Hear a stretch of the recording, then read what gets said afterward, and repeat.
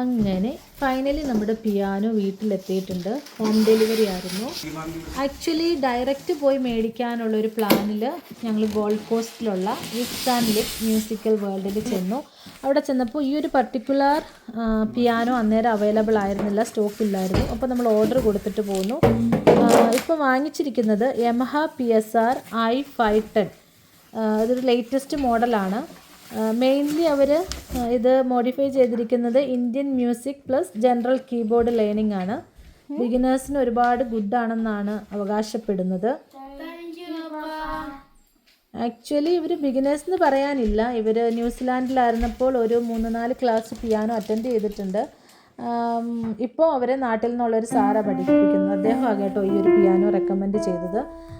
പുള്ളി തമിഴ്നാട്ടിൽ നിന്നുള്ളതാണ്. അപ്പം ആഴ്ചയിൽ 2 ക്ലാസ് വീതം ഓരോ മണിക്കൂർ എടുക്കുന്നുണ്ട്. കുഴപ്പമില്ല. ഇച്ചിരി അത്ര ഈസിയാണെന്ന് എനിക്ക് തോന്നുന്നില്ല. ഞാൻ വിചാരിച്ചുകൊണ്ടിരുന്ന പിയാനോയൊക്കെ ഭയങ്കര ഈസിയാണ്. പക്ഷെ ഞാനിവരുടെ ക്ലാസ്സൊക്കെ ശ്രദ്ധിച്ചിട്ട് എനിക്ക് ചിലപ്പോൾ അവർക്ക് ഓക്കെ ആയിരിക്കും, പക്ഷേ എനിക്ക് അത്രയൊരു ഈസി ആയിട്ട് തോന്നിയില്ല. പിന്നെ ഇതിൻ്റെ ഫീച്ചേഴ്സ് എന്ന് പറഞ്ഞിട്ടുണ്ടെങ്കിൽ 800+ ഇൻസ്ട്രുമെൻ്റൽ സൗണ്ട്സ് ഇതിനകത്ത് പറയുന്നുണ്ട്. Piano, guitar, strings, drums, mridangam, പിന്നെ വേറെ കുറേ എന്തൊക്കെയോ ഇന്ത്യൻ ഇൻസ്ട്രുമെൻറ്റ്സ് ഒക്കെ ഇതിനകത്ത് അവർ ആഡ് ചെയ്തിട്ടുണ്ട്. എനിവേ ബിഗിനേഴ്സിന് ഇത് ബെസ്റ്റാണ്.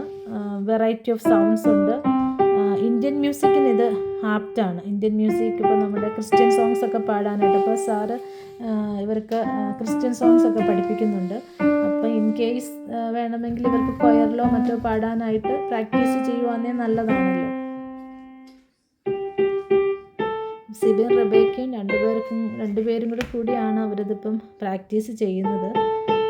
രണ്ടുപേരും ഇൻട്രസ്റ്റഡ് ആണ്. പക്ഷേ എനിക്ക് തോന്നുന്നു ഇപ്പം ഹെപ്സിബയാണ് കുറച്ചുകൂടെ ഇൻട്രസ്റ്റ് കാണിക്കുന്നത്. അവൾ ഭയങ്കര പെട്ടെന്ന് ഫാസ്റ്റായിട്ട് പഠിക്കുന്നുണ്ട്. റബേക്ക ഒട്ടും മോശമല്ല കേട്ടോ.